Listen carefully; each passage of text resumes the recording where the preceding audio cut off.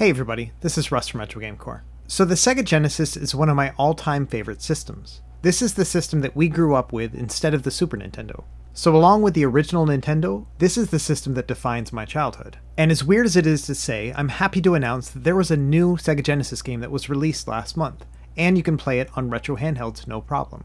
So this new Sega Genesis game is called Demons of Asteborg. Now this project was several years in the making. I believe it first started as a Kickstarter campaign.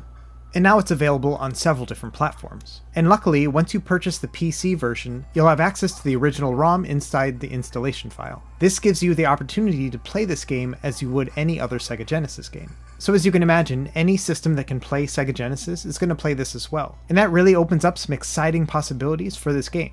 And because it behaves exactly like a Sega Genesis ROM, you don't have to do any sort of special configuration to get it running. So in this video, I'm going to show you how to get the game running, but it's really as simple as just purchasing the game, extracting the ROM file, and then putting it onto your device. So this should be a fairly quick one. And without any further delay, let's jump into it. Okay, there's several different paths to buy this game. The first option is just to go to the website of the developer and purchase the game here. You actually can find it both in the ROM file as well as a cartridge or an entire boxed package. The ROM file itself costs a little under 15 euros, so about maybe $20 US. And of course the cartridge and the boxed one are significantly higher, but that would be super cool if you have original hardware too. Now this game is also available on the Nintendo Switch store, so if you wanted to buy it there and play it on the Switch, you could do that as well. But honestly, I would recommend getting it from the Steam store. This is going to allow you to play it on your PC, and it makes it super easy to just extract that ROM file and use it on other devices too. And while the price might seem steep initially at $25, you gotta put that into context. I remember when we used to pay $60 for games like Golden Axe on the Sega Genesis. So me personally, I'm more than happy to pay the $25, but of course, it's up to you, maybe you want to wait for a Steam sale. Now if you'd like, another thing you could do is actually just download the demo ROM, and that's available on the Demons of Asteborg webpage. Just scroll down about halfway through the page and you'll find the ROM file there. So this will give you an opportunity to test it out with your retro handheld if you happen to be on the fence about buying the retail copy.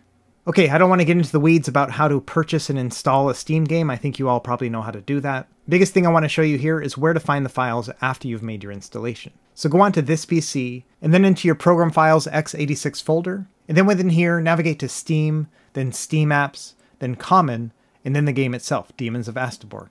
And within that, you're going to find one file, rom.bin. That is actually your ROM file. That's all you're going to need to play it on other systems. So let's load it up onto the RG351P first. It's currently running ArcOS, so I'm going to put that SD card into my Windows PC. And here on the EasyROMs partition, I'm just going to go into the Genesis folder, and then drag that rom.bin file inside. And if you've added any Sega Genesis games to your device previously, it's the exact same process. I'm also going to rename this bin file to Demons of Asteborg, so that way it's easy to identify. And you could probably set up things like box art and things like that. We're not going to go that deep in this guide here, I just really want to show off this game. Once you're done, eject your SD card and put it into your device. Navigate to the Sega Genesis, and there it is right there, Demons of Asteborg. Now if you don't do any other tweaks to it and just try to start it up, you're going to find that it's going to boot you back into the main menu. And that's because this game only runs on the Picodrive emulator. So in ArcOS, to change the emulator for one specific game, you just press Select, edit this game's metadata, and then choose RetroArch as the emulator and Picodrive as the core. From there, all you have to do is save, and now every time you start up the game, it's going to boot it up with Picodrive. So let's see how it works now. And look at that, it boots right up. I will note that because this game is about 15 megs altogether, it does load a little bit more slowly than your typical Sega Genesis game, but we're talking a matter of seconds here. Now because I rarely use Picodrive with Sega Genesis games, you can see here it's automatically stretching it to 3:2 aspect ratio. That's also an easy fix. Let's just go into Settings, then Video, and then under Aspect Ratio we can change it to either Core Provided or 4:3. You can see with Picodrive that Core Provided is actually a little bit wider than 4:3, so if you really want a true 4:3 display, you need to actually select that in the core options. But yeah, here we are. Here's the new Sega Genesis game of Demons of Asteborg. And it runs great, 60 frames per second, solid. In terms of gameplay, this is a side-scrolling action platformer that has a few RPG elements to it, a bit like a Metroidvania game. Honestly, it reminds me a lot of Shovel Knight as well. Either way, it's a very polished game, has some very clever mechanics to it, and I played about the first hour of it and really enjoyed myself. And setting it up for other systems is super easy. You literally just load it up like any other Sega Genesis game.